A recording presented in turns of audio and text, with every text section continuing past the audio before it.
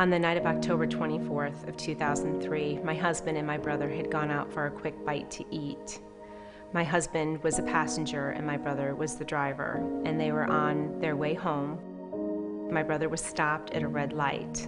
When the arrow turned green, he proceeded through the intersection, and that's when a motorist ran the light.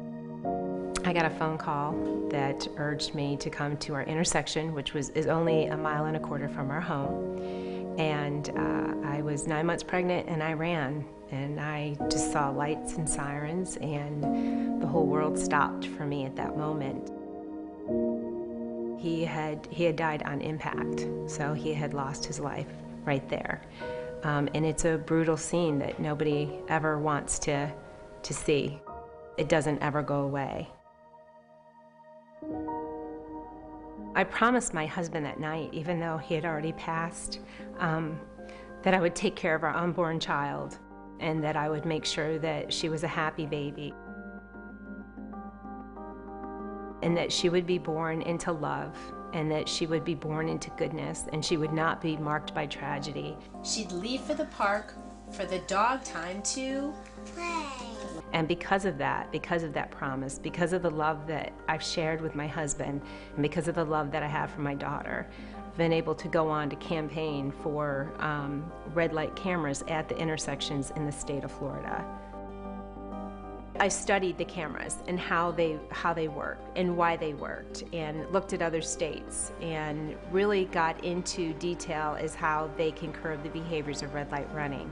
And I realized that that was going to be a deterrent. That was a way to make sure that somebody else wouldn't have to die so tragically at an intersection. Well, I first want to thank Melissa for her tremendous courage in being so dedicated and working so hard to get this legislation adopted. It's not easy to do that in Tallahassee. Well, it means that after 5 years, we finally have a bill that is all about public safety. It's never been about Big Brother. It's never been about the money. It's been about public safety, and we finally have that bill.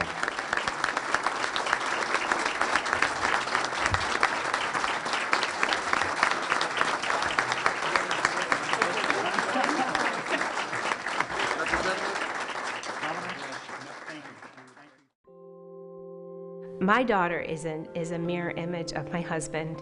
She possesses all of his most amazing traits, down to her little toes. She is my husband, except for the color of her eyes. And she exemplifies who he was in this lifetime. From the moment she was born, I held her in my arms and I told her about her dad, and I told her that physically he's not with us, but spiritually that he is. And it's a way for her to know the beautiful man that her father was, because he didn't deserve to die that night at that intersection. So for us together as a team, I feel that we'll continue to go on for a long time and put safety back on our highways. And that's what intersection safety cameras do. They put safety back on our highways.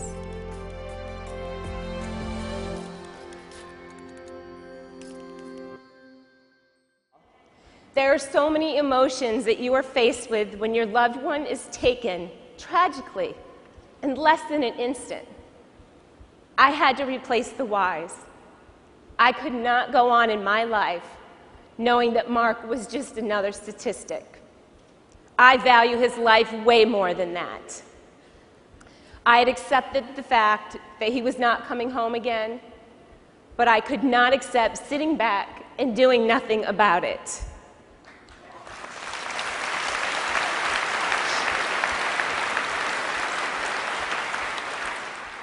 If we have a situation sitting in our laps and we have the ability to dissect it and grow from it in a positive way, then at the end of the day, we have done our part.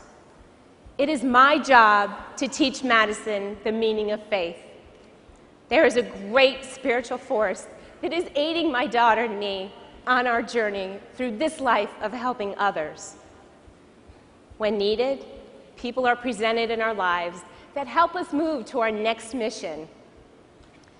Mark taught me to have a vision, to lay the future out before my eyes, and to spread my wings. His vision has led Madison Grace and me to where we are today. He accomplished so much in his short life. Now it is my turn to share that vision with my daughter and the world. I was left with two beautiful gifts: the gift of life insurance and the beautiful gift of life. I would love to introduce you to my most precious gift, our loved child, Madison Grace.